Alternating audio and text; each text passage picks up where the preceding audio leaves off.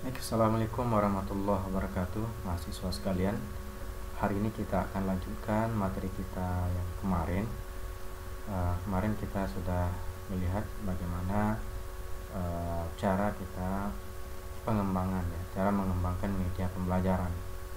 Nah, ini bagian subbab terakhir dari bab keempat dalam buku media pembelajaran fisika dan tutorial animasi flash, yaitu tentang prosedur memilih media pembelajaran. Sebelum kita memilih media pembelajaran, tentunya kita sudah paham bagaimana hakikat dari media pembelajaran, ya. Kemudian kita juga sudah paham seperti apa jenis dan klasifikasi dari media pembelajaran, dan bagaimana karakteristik dari media pembelajaran itu sendiri. Nah, dalam mengembangkan media pembelajaran juga telah disampaikan bahwa ada beberapa tahap yang harus kita lalui dalam mengembangkan media pembelajaran. Tahap yang pertama itu adalah tahap definisi. Kalau dalam model pengembangan 4D disebut dengan tahap definisi. Tahap definisi ini terdiri dari beberapa analisis, ya. Tahap yang pertama adalah menganalisis karakteristik dari peserta didik kita, kemudian menganalisis kebutuhan, ya, kemudian menganalisis kurikulum, termasuk di dalamnya menganalisis tujuan pembelajaran. Nah, setelah kita menganalisis tujuan pembelajaran, maka kita akan temukan, ya, materi-materi apa yang harus kita masukkan ke dalam media pembelajaran kita nanti. Nah, maka oleh sebab itu, dari tahap pendefinisian itu, dari tahap analisis itu, baru kita akan masuk ke dalam merencanakan, ya, atau mendesain dari media pembelajaran. Nah, sebelum kita mendesain, kita wajib memilih media pembelajaran apa yang harus kita kembangkan. Nah, dalam memilih media pembelajaran, kita memiliki 3 model. Yang pertama itu kita sebut dengan model flowchart. Model flowchart ini merupakan model di mana pemilihan keputusan media yang akan diambil itu dilakukan dengan menggunakan sistem eliminasi. Sistem eliminasi di sini dimaksud adalah jika poin-poin tertentu itu kita pilih, maka yang lain harus gugur. Ketika telah dipilih, maka muncul beberapa media pembelajaran yang pilihan-pilihan media pembelajaran yang akan kita pilih. Nah, di sanalah kita menentukan media pembelajaran tersebut. Nah, kemudian yang kedua ada model matrix. Model matrix ini merupakan model pemilihan media yang mengidentifikasi seluruh kriteria pemilihan media dengan cara mencocokkan antara variabel-variabelnya. Nah, di dalam model matriks ini biasanya dibuat dalam bentuk tabel. Di sisi bagian atas merupakan variabel X, dan di sisi bagian kiri itu merupakan variabel Y. Nah, di sana di dalam variabel-variabel tersebut ada beberapa kriteria yang harus kita pilih. Nah, kita tinggal mencocokkan. Jika seandainya X dan Y cocok, maka di sanalah media pemilihan media pembelajaran yang kita pilih. Kemudian yang ketiga ada model checklist. Model checklist ini juga disebut dengan format evaluasi media. Format evaluasi media ini dilakukan dengan memberikan isian pada lembar evaluasi yang berupa tanda dan nilai sesuai dengan rentang penilaian media. Nah, ini biasanya dalam bentuk pertanyaan-pertanyaan.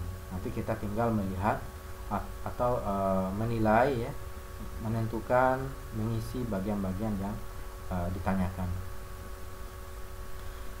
Pertama kita masuk ke model flowchart. Model flowchart ini dikembangkan oleh Gagne dan Reiser. Model flowchart ini terdiri dari dua. Yang pertama flowchart model modus belajar mandiri. Nah, ini disebut dengan flowchart. Jadi flowchart ini sistemnya sistem eliminasi, ya. Dari flowchart ini kita telusuri, ya, kita ikuti. Nanti kalau seandainya keinginan kita iya atau tidak, maka kita akan diarahkan dalam pertanyaan-pertanyaan tertentu hingga akhirnya kita menemukan atau menentukan beberapa jenis media pembelajaran yang akan kita pilih. Nah, ini contohnya. Ini tujuan ini merupakan tujuan pembelajaran kita. Nah, dari tujuan ini kita akan melihat dia dalam bentuk sikap verbal. Kalau dia dalam bentuk sikap verbal, maka kita akan diarahkan ke dalam bentuk penilaian sikap. Jika tidak, kita masuk ke dalam pilihan keterampilan, ya. Jika sikap verbal bukan, ya, maka kita diarahkan ke keterampilan. Nah, ini berarti pemilihan media kita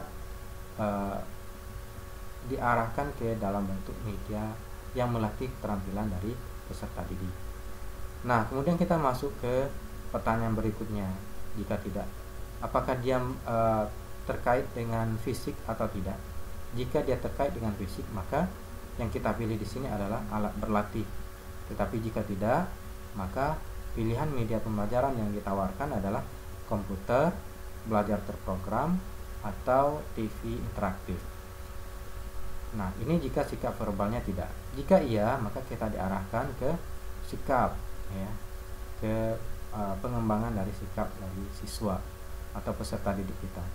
Apakah sikap? Jika iya, maka kita diarahkan dalam jenis media pembelajaran, film bingkai atau kaset video.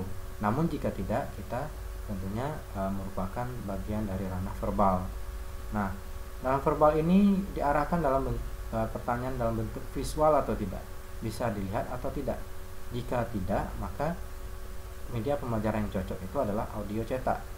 Jika iya, maka media pembelajaran yang cocok itu adalah media pembelajaran teks bergambar, film rangkai, film bingkai, dan film itu sendiri. Nah, ini flowchart model modus belajar mandiri dari Getme dan Reiser. Kemudian yang kedua, flowchart model modus siaran. Flowchart model modus siaran ini sebenarnya hampir sama, ya, tetapi jenis media pembelajaran yang menjadi perbedaan, ya. Kita berangkat dari tujuan juga, kemudian sikap verbal, iya atau tidak keterampilan, melibatkan fisik atau tidak, iya atau tidak, ya. Nah, disinilah perbedaannya, ya. Kalau modus siaran itu siaran TV dengan tutor, jika iya. Namun jika tidak adalah siaran radio dengan tutor.